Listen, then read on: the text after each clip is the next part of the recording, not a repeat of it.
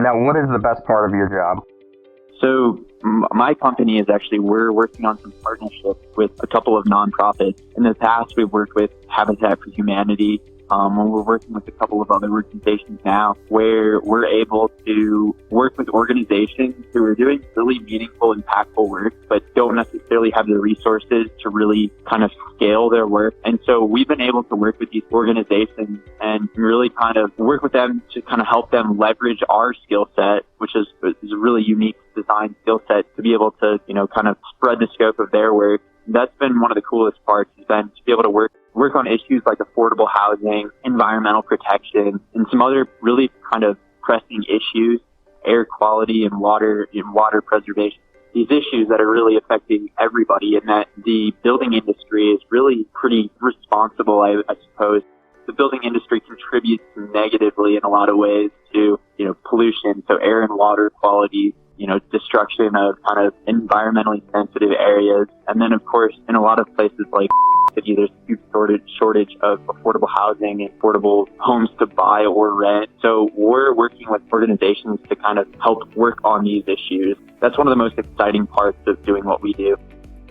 And if there's a worst part of your job, what would the worst part be? I would suppose one challenge of working in the profession, especially as an architect, as a design professional, is that typically the people who are willing or able to work with an architect, it's such a small subset of the population that you risk kind of being pigeonholed into a very specific kind of work, because most people just simply can't afford to pay an architect's fees on top of all of the other costs of buying a home, maintaining a home. We can really be kind of limited in our reach, in the reach of our profession, I suppose. Do you mean like maybe only people that have considerable amount of money are going to be able to hire you, or? Yeah, so typically a lot of people that are hiring architects are maybe building their second or third home. A lot of the projects that we work on as architects, they lose their significance when you're just kind of building second homes or third homes for people, instead of really working with people who could really, really use your services but just can't afford it. That's something that we're trying to reconcile, I suppose, and part of that is by partnering with some organizations who are working on those issues. But architects really only design a very small percentage of the building stock that's built in the U.S. and in other places. How do the rest of them get built? Just pre-made plans type things, and then contractors just build it? Yeah, so there are a handful of ways, like subdivisions, for instance, builder homes. You're basically working from, some builders might have drafters on retainer. They might have drafters that they've hired to basically create plans for buildings that are the cookie cutter houses that you see in subdivisions. Those houses aren't really designed. They're kind of stock. They're made to fit anywhere. So part of what we do as architects is we design and we build while considering the site, while considering the climate, while considering all of these factors that these subdivided cookie cutter homes are not considering. So when you have a house plan that you go and purchase off the internet, it's going to perform much differently if you build that house in Florida than if you build that house in the mountains in Colorado or Utah. And so that's part of what's missing from these homes that are built without an architect.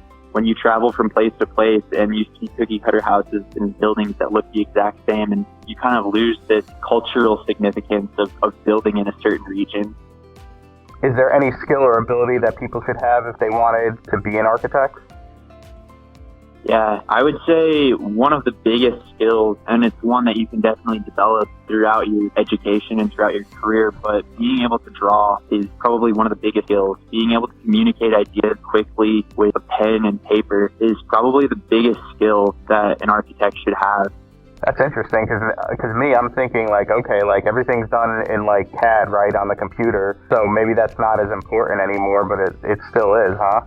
Yeah, some people might argue that, but I think a lot of architects and a lot of people recognize that there's no quicker, better way to communicate an idea than to quickly sketch it out on a piece of paper. When we're billing out our work hourly, you could waste hours moving walls around in a 3D modeling program, or you sketch out ideas on a piece of paper, take that and write into a modeling program and work in a much more streamlined, efficient way. So being able to think quickly and sketch ideas out quickly is a really important thing that is sort of being lost in the digital age, but I think a lot of people still really value it. So besides drawing, are there any other abilities that you've seen in successful architects? And I suppose there are two, and the ones that really thrive kind of have both skill sets. One is this creative and design thinking skill set to be able to, creatively solve complex problems. And the other one are technical abilities, being able to work with a lot of complex information. You're kind of a problem solver in both a creative sense and a technical sense. What's the biggest things that you learned once you started working, or what did they not teach you in school? Interfacing with clients, dealing with things like building codes and zoning requirements and all these other kind of political and kind of social aspects of the profession, they kind of get left out in education. So once you get out into the profession, you have to learn how to work people, how to work clients. You have to learn how to navigate building departments and HOA design review boards and all of these other stakeholders in the building process that you don't really learn about in school. Did you ever work as an architect in a larger company? Yeah, I've worked for a handful of companies. I've worked for big companies and small companies, commercial, corporate kind of offices and small ones. How would you say company size determines your daily responsibilities? There's a huge difference.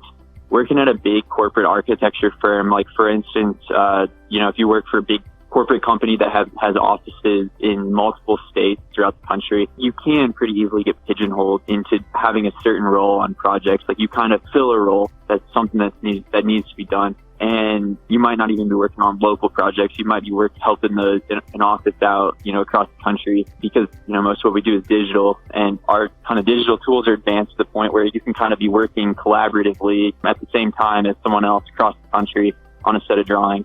So that's pretty common in a big office. At a smaller office, you're more likely to take on a lot more responsibility. But there are advantages to being in a big office too. You have access to much bigger network, a lot more resources, and usually a lot bigger project that definitely appeals to some people who are looking to be involved in big, complex projects that involve a lot of people, big teams. But generally speaking, I would say when you're working on a smaller team, you're more likely to take on a lot more responsibility, or at least a broader range of tasks and responsibility. Now, when you say you may get pigeonholed in a bigger company, what kind of roles do people typically get stuck in?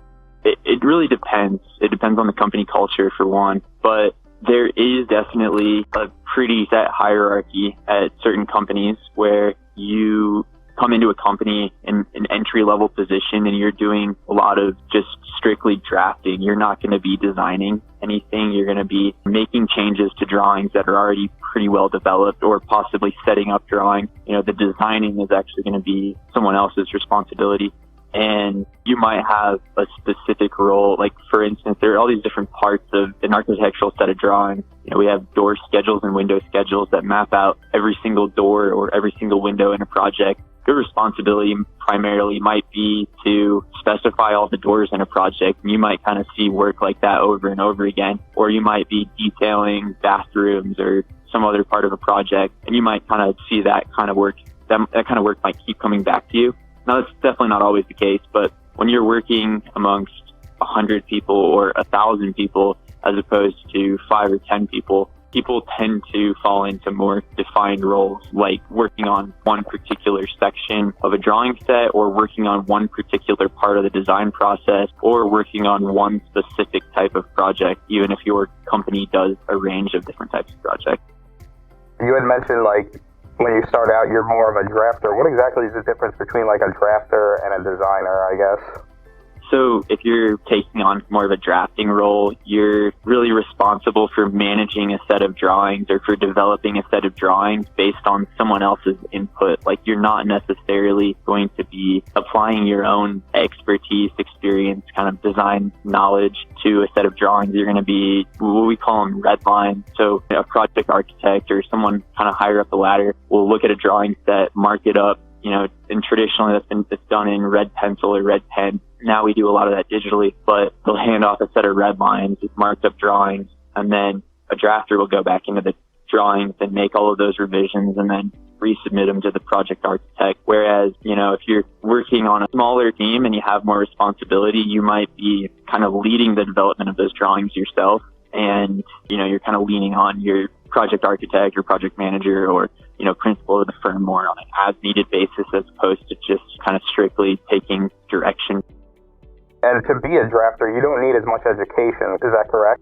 Right. So just to do drafting, you basically just need software skills, the technical skills, which come pretty easily to most people. Although, some of the software we're using is pretty complex and it takes years to really become an expert in. And a lot of people don't ever really become experts. On bigger offices, there'll be one person in the office maybe, or a couple people in the office who are the experts on the software. A lot of companies use what's called Revit, which is a 3D software that has lots and lots of information built into these 3D models that we build that then produce our 2D drawings. You at least need to have a working knowledge of whatever software that company is using, whether it's CAD or BIM is the latest, which Revit is considered a BIM program. You would have to have a baseline knowledge, and you would basically be responsible for applying the company's standards, drawing standards, and keeping things kind of clean and orderly on your digital files. But there still might be a few people in the office who kind of oversee the whole process and are, developing the process, the digital workflows. And do they typically look for some sort of degree or certificate or anything? Or can a drafter really just go out and take a bunch of courses, like online courses on how to use the software and then get a job? Yeah, so the portfolio is kind of what most architects are looking for, a resume and a portfolio. And your portfolio, you might have school projects, you might have projects, from working at other companies. But obviously, the less experienced you are, the less you're going to have to put into a portfolio. So it is harder to get a job if you don't already have prior experience. So yeah, some people will kind of create their own project. It can be challenging to do that, but it's definitely possible.